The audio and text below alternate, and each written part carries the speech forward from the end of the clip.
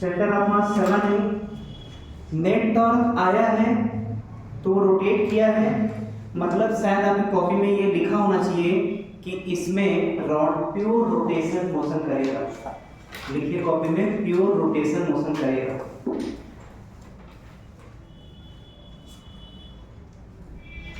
Centre of mass का acceleration 0 है,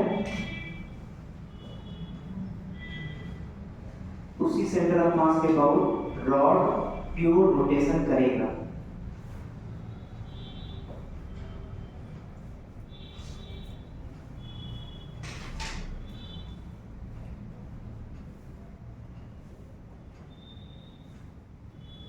centre of mass को प्योर रोटेशन करेगा,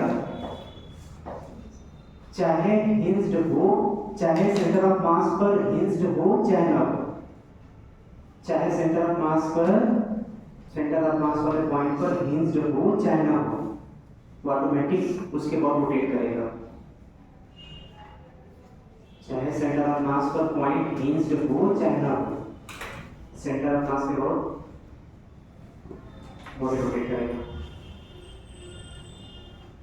अच्छा, ये लिखना तो नहीं है लेकिन यह सोचा जा सकता है, अगर वो क्या करता कि जैसे ये तो सिंपली प्लेन पर रखा हुआ है, अगर कहीं पर ऐसे हिंज्ड कर देता, ऐसे हिंज्ड कर देता, तो एक्सिस ऑफ रोटेशन जो यहां पर था बदल गया, और जब एक्सिस ऑफ रोटेशन बदलेगा तो टॉर्क क्या हो जाएगा, टॉर्क क्या होगा। पहली बात एक एक करके सुनना है, कंफ्यूजन ना हो। अगर यहां पर हिंज्ड कर दिए तब तो ये स्टेटमेंट गलत हो जाएगा जो भी जस्ट लिखे। सेंटर ऑफ मास की प्योर रोटेशन कब होगा, जब वो हिंज्ड नहीं होगा। अगर वो किसी के अबाउट हिंज्ड हो गया तब तो मजबूरी हो गया, तब उसी के अबाउट रोटेट करेगा वो। अगर नहीं हिंज्ड है तो सेंटर ऑफ मास के अबाउट ऑटोमेटिकली, चाहे हिंज्ड हो चाहे ना हो, वो ऑटोमेटिकली प्योर रोटेशन में आएगा। पहला चीज तो ये। दूसरा, क्या यहाँ पर नेट फोर्स 0 है, नेट टॉर्क आ रहा है, इसे बोलते हैं कपलिंग टॉर्क।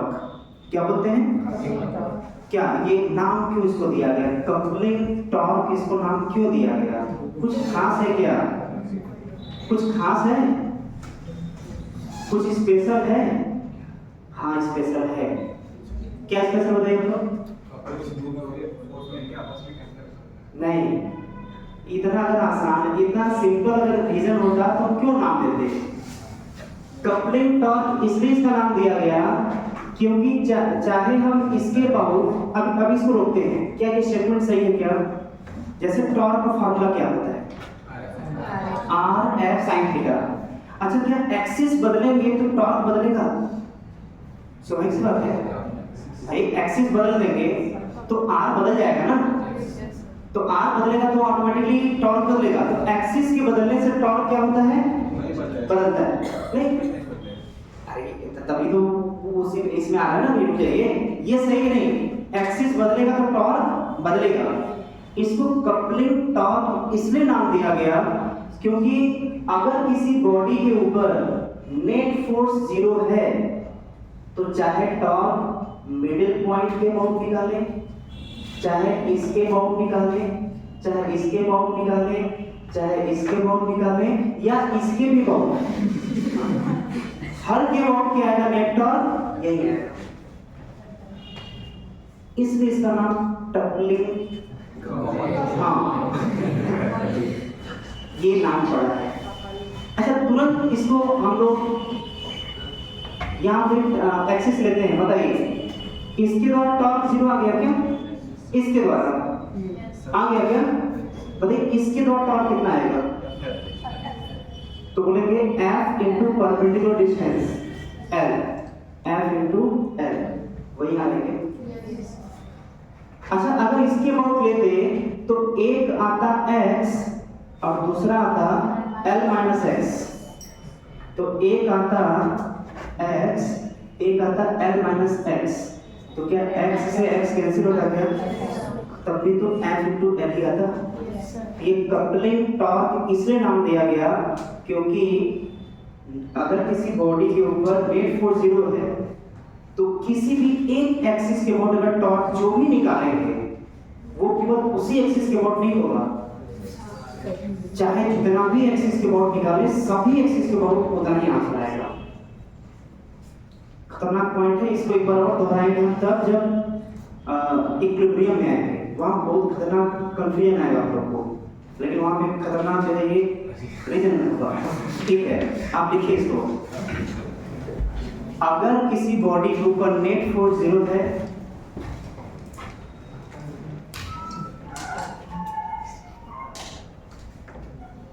अगर किसी बॉडी के ऊपर नेट फोर्स 0 है तो उस बॉडी पर लगने वाला टॉर्क, अगर किसी बॉडी के ऊपर नेट फोर्स 0 है तो उस बॉडी पर लगने वाला नेट टॉर्क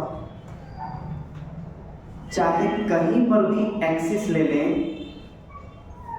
उस बॉडी पर लगने वाला नेट टॉर्क चाहे एक्सिस कहीं भी ले लें,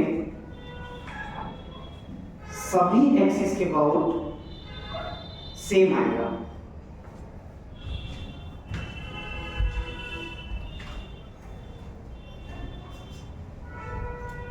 क्या लिखे आप लोग? अगर किसी बॉडी के ऊपर नेट टॉर्क क्या है, नहीं नेट फोर्स क्या है, 0 है, तो चाहे एक्सिस कहीं भी ले लें सभी एक्सिस के अबाउट नेट टॉर्क सेम आएगा, 0 नहीं आएगा, सेम आएगा, वो कभी बदलेगा। उसका एग्जांपल यहां पर ले सकते हैं कि अगर उसी रॉड को एक्सिस बदल दिया, यहां पर कर दिया एक्सिस, ये रीजन लिख लीजिएगा, 2-3 से ला देंगे तो वही आएगा। तो बताइए यहाँ पर क्या होगा? तो बोले यहाँ पर भी अगर ये τ1 देता है, ये τ1 देता है, τ2 देता है, तो net torque equal to τ1 plus τ2, τ1 0, τ1 0, τ2 F into F, ये हो जाएगा। ऐसा करके इसको सोचिए, थोड़ा सोचना भी जरूरी है। एक्सिस यहां पर ले लिए, सोचिए कि कैसे टॉर्क 0 आएगा, बता दें इसमें। देखिए ये लिया, तो अगर यहां पर एक्सिस ले लिया, कहां पर ले लिया, यहां पर ले लिया, तो ये कहीं ना कहीं x होगा, ये x माइनस l होगा। अब देखिए ध्यान से, ये जो है पोजीशन वेक्टर कौन सा, पोजीशन वेक्टर कौन सा, तो बोलेंगे जबकि इस लाइन से बाहर एक्सिस ले रहे हैं, बताइए r परपेंडिकुलर कौन सा, r परपेंडिकुलर कौन सा, बताइए, यही तो है।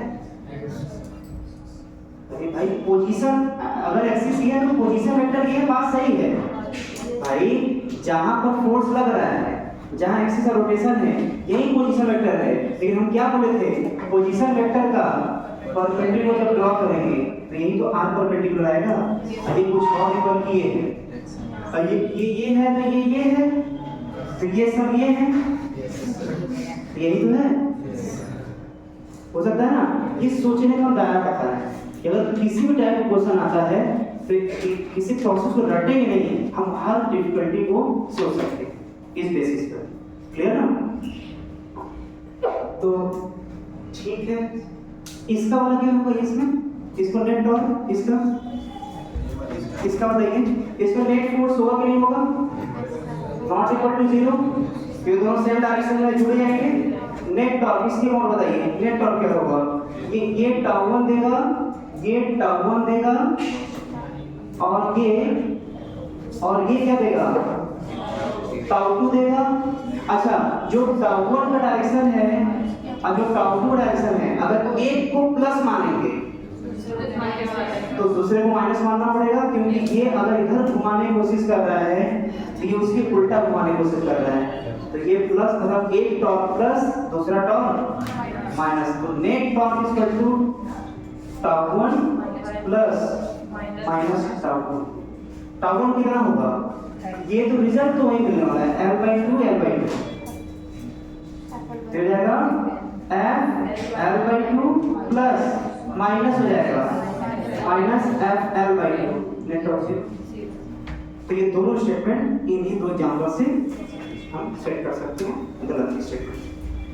चलिए बस आज से लिखना ही ये टॉर्क से रिलेटेड बेसिक था प्रॉब्लम सब कुछ, जहाँ पे हर बच्चों को बहुत कंफ्यूजन होता है, लेकिन ये सब पॉइंट अगर दिमाग में बैठा लेंगे तो कभी कंफ्यूजन कभी नहीं है। क्लियर ना? नेक्स्ट हम लोग क्वेश्चन स्टार्ट करते हैं।